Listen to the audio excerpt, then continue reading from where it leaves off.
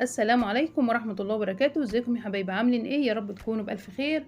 اللهم صل وسلم وزد وبارك على سيدنا محمد. كل سنة وانتم طيبين مستمرين في نوائم العيد. هنعمل النهاردة مع بعض ان شاء الله غريبة العيد الدايبة الناعمة. هنعملها كده زي بتاعة المحلات واحلى كمان. لا مشققة ولا بتطبع ولا فيها اي غلطة. ما شاء الله عليها بتدوب دوبان، ما بتلزقش ومستوية ان شاء الله. الوصفة تعجبكم وتجربوها. طبعا هنضيف لها كده مكون بسيط جدا، وكمان رخيص جدًا بيضيفوا كده أكبر المحلات، ودي طبعًا خطوة اختيارية. كمان هنعرف كده مع بعض نسويها إزاي، وهتطلع معاكِ زي الفل. أهم حاجة تمشي كده على المقادير بالميزان، وإن شاء الله هتطلع معاكِ جميلة جدًا. الغرايبة من نوائم العيد، وعملنا كمان كحك العيد، وعملنا بسكوت. هنفتح كده مع بعض. ما شاء الله عليها دايبة دوب. إن شاء الله الوصفة تعجبكم. أهم حاجة ما تنسوش تدعموني بلايك وشير، ويلا بينا هنبدأ كده مع بعض وصفتنا.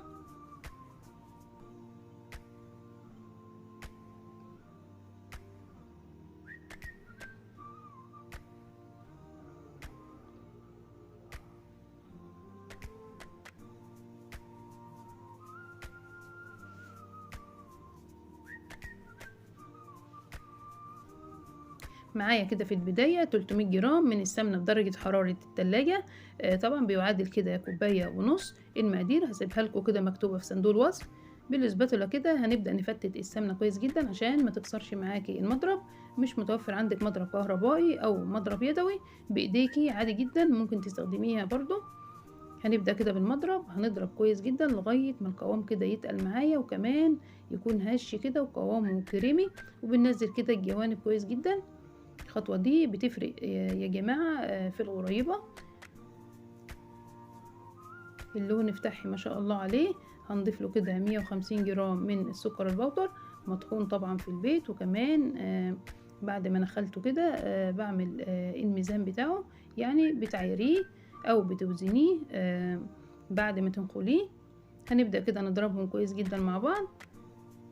هكون كده محضرة نص كيلو من الدقيق متعدد الاستخدامات منخول كويس جدا. وكمان الإضافة اللي احنا هنضيفها النهاردة هتفرق جدا في الطعم وفي الريحة كمان. معلقتين من اللبن البودر. وده طبعا خطوة اختيارية جدا، بس بيضيفها كده أكبر المحلات. ما شاء الله عليها طعمها جميل جدا. طبعا الغريبة لازم بتعجنيها كويس جدا علشان بتكون مفرولة في البداية. فانت ما تخافيش خالص، بتبدأ تحني تاني. وهنعمل كده تيست كده مع بعض. تجيبي كده قطعة من الغريبة وتبدأي بتكوريها، تضغطي كده عليها بصباعك، شققت منك بتبدأي بتعجنيها تاني لغاية ما تحن معاكي. ما تضيفيش أي إضافات. المقادير مظبوطة، وأهم حاجة في المقادير بتمشي عليها طبعا بالميزانة مش بالكوباية. المقادير اوزنيها، وبعد كده عايزة تعايريها براحتك، بس أهم حاجة توزنيها عشان تطلع معاكي المقادير مظبوطة. معايا كده جوز، ومعايا كمان فستق، ومعايا خرز او اللولي. طبعا المتوفر عندك في التشكيل بتضيفيه. عايزه تعمليها ساده خالص براحتك، طبعا المتوفر عندك بتضيفيه. هنبدا كده طبعا نجيب قطعه بقطعه، عايزه توزيني القطعه براحتك خالص. وهنضغط كده بسيط، ضغطه بسيطه خالص على الغريبايه. وكمان هنضيف لها كده خرز او لولي. طريقة التشكيل سهلة جدا وبسيطة جدا. بتكوني كده مسخنة الفرن بتاعك على 160 درجة. طبعا لو فرنك هادي، لو فرنك كده حامي بتخليها 150 درجة. ما بتاخدش لون طبعا، بتكون بس مستوية كده. بتسويها طبعا على هادي خالص. وكمان بتقلبي كده الصاج على طول علشان يكون اخد معاكي التسوية الصح. وبتسويها في اهم حاجة في الالومنيوم.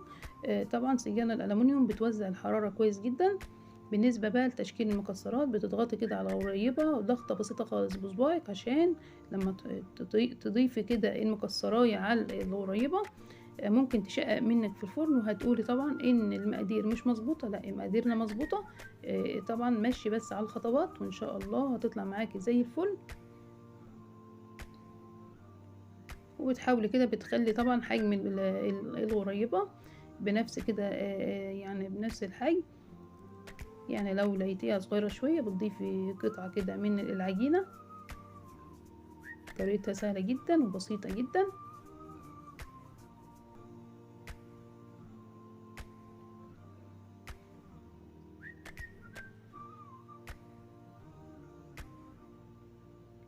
طبعا انا كده خلصت اول صاج. هنبدأ كده طبعا نظبط النار بتاعتنا وهندخله على طول. وكمان بدأت كده في الصاج التاني.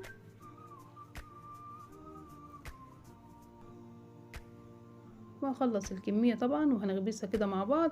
وهنرجع طبعا عشان وقتكم وقت الفيديو، هنرجع كده بعد ما اغبسها ان شاء الله عشان نشوفها كده مع بعض.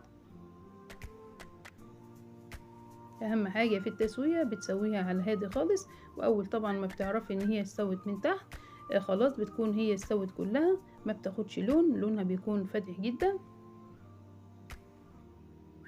هدخلهم كده الفرن ورجعنا كده مع بعض تاني ما شاء الله عليها. طبعا اهم حاجة واهم خطوة طبعا في الغريبة، انت اول ما بتطلعيها من الفرن بتسيبيها ترتاح ساعتين 3. مش شرط خالص انك يعني تشيليها خالص من الصاج في البداية كده عشان ما تبصمش منك ولا تطبع. انا سبتها هنا ساعتين او ساعتين ونص ما شاء الله عليها، مش مطبعة ولا مبصمة ولا مشققة.